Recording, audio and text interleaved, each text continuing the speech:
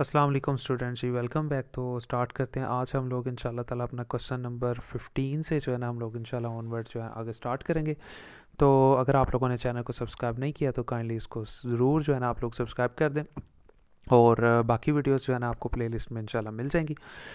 सबसे पहले अगर हम लोग देखें तो उसने ये कहा हुआ है कि ए और बी टुगेदर इन्वेस्ट 5200, यानी ए और बी दो आदमी थे, उन्होंने इन्वेस्टमेंट की, कहीं इन्वेस्ट किया, कोई प्लॉट वगैरह लिया या कुछ भी, मतलब उन्होंने कोई काम इकट्ठा किया।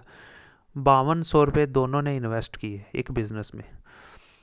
अब ए का शेयर जो है ना, यानी ज़ाहिर है इन्वेस्टमेंट अगर की है प्रॉफिट तो होगा। A share of investment 36% of this amount. 5200 में से 36% जो है ना वो ए के पैसे थे। ठीक है, तो फिर बी की इन्वेस्टमेंट फिर कितनी हुई? ठीक है, तो बड़ा सिंपल है, यानी 36% पैसे जो है ना इनमें से 5200 में से वो ए के थे। ठीक है, और बाकी वो कह रहा है बी की कितनी इन्वेस्टमेंट हुई, परसेंटेज नहीं पूछे, टोटल इन्वेस्टमेंट ये थी। अब ए की इन्वेस्टमेंट कितनी है? 36%। किसका 36%? उसने कहा हुआ है 5200 का।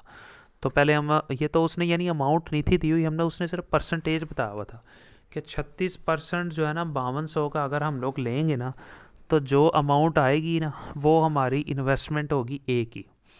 अब ए ने 36% 5200 का इन्वेस्ट किया हुआ है, तो हम 5200 का 36% ले लेंगे, यानी 5200 लिखेंगे, मल्टीप्लाई उसका 36%। बहुत आसान, पहले भी पढ़ा है हम लोगों ने। तो क्या करेंगे, किस तरह परसेंटेज लेते हैं? 36 को पहले 100 पे डिवाइड करवाएंगे, जो आंसर आएगा उसको 5200 से मल्टीप्लाई करवा देंगे, यानी 36% का मतलब पीछे हम लोगों ने बड़ी डिटेल में परसेंटेज को पढ़ा है। 36 को 100 पे डिवाइड करवाएंगे, जो आंसर आएगा उसको 5200 से मल्टीप्लाई करवाएंगे, तो हमारे पास आ जाएगा 1872 रुपये। ये 1872 रुपये, 5200 में से 1872 रुपये जो है ना वो ए के थे। उसने कहा था 36% पैसे जो है ना वो ए के हैं, तो इसका मतलब 1872 रुपये जो है ना वो 5200 में से वो ए के थे। तो बी के तो बहुत आसान है, टोटल पैसे 5200 से, 5200 में से 1872 निकाल दें, जो बाकी पैसे बचे वो बी के थे। वही किया हुआ है कि बी के कितने थे, 5200 टोटल थे, उसमें से हमें पता है 1872 रुपये तो है ना वो ए के थे। तो फिर बी के कितने हुए, टोटल में से ए के पैसे निकाल दें, बाकी जितने भी पैसे बचे वो हमारे पास बी का शेयर आ गया। तो इस तरह से हम लोगों का ये वाला क्वेश्चन भी कंप्लीट हो गया। उसके बाद अगर हम लोग देखें अपने नेक्स्ट क्वेश्चन को, जो कि क्वेश्चन नंबर 16 है, उसने कहा एक लोडेड ट्रक था और उसका वेट था 85 किलो, यानी एक ट्रक था और उसके ऊपर लोड भी डाला हुआ था 85 किलो, यानी कि लोडेड ट्रक था, उसके ऊपर टोटल जो लोड था, वज़न था 85 किलो था। If 85% of this represent the load, 85 kilo में से अगर वो कह रहा है कि 85%, यानी कि हमने 85% लेना है 8500 का, तो वो है सारा वेट, यानी कि वो सारा लोड है ट्रक के ऊपर।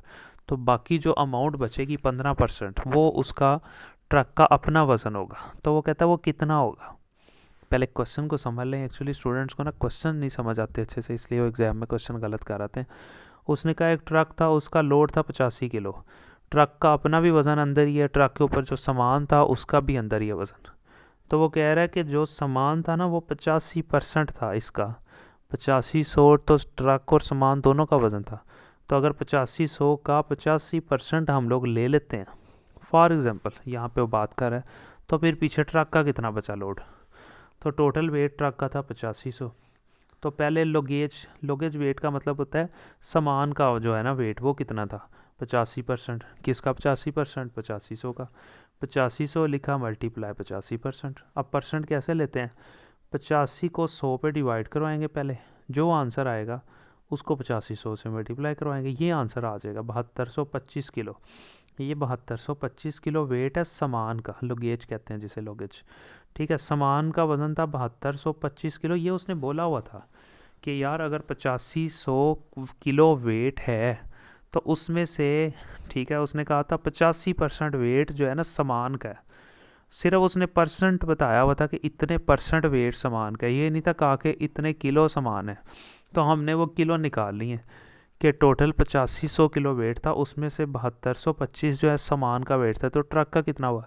8500 में से सामान का वज़न निकाल दो। तो मैंने यही किया हुआ है, ट्रक का वेट 8500 में से 7225 निकाल दिया, तो बाकी कितने पैसे बचे? 1275 किलो। ये जो 1275 किलो है ये किसका वेट है? ट्रक का। तो इस तरह से हम लोगों का ये वाला क्वेश्चन भी कंप्लीट हो जाता है। ये ला जी, ये भी इम्पोर्टेंट क्वेश्चन है। उसने कहा if by the increase of 16%, 16% इजाफा हो गया। कहाँ इजाफा हो गया? सैलरी में।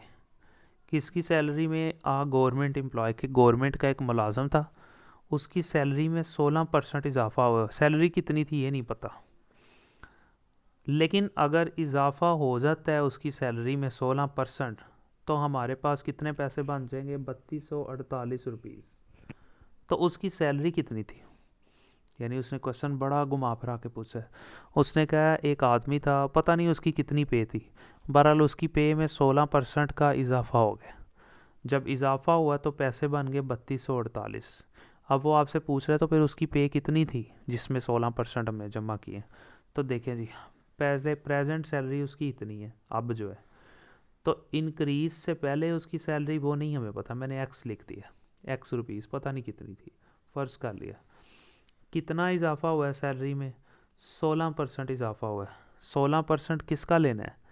उसने कहा 16% इजाफा हुआ है उसकी बेसिक सैलरी में, पहले वाली सैलरी में, तो वो तो हमें पता ही नहीं है। तो मैंने लिखा 16% ऑफ एक्स, एक्स का मतलब वो पहले वाली सैलरी, उस सैलरी का हमने 16% लेना, हमें वो पता ही नहीं है।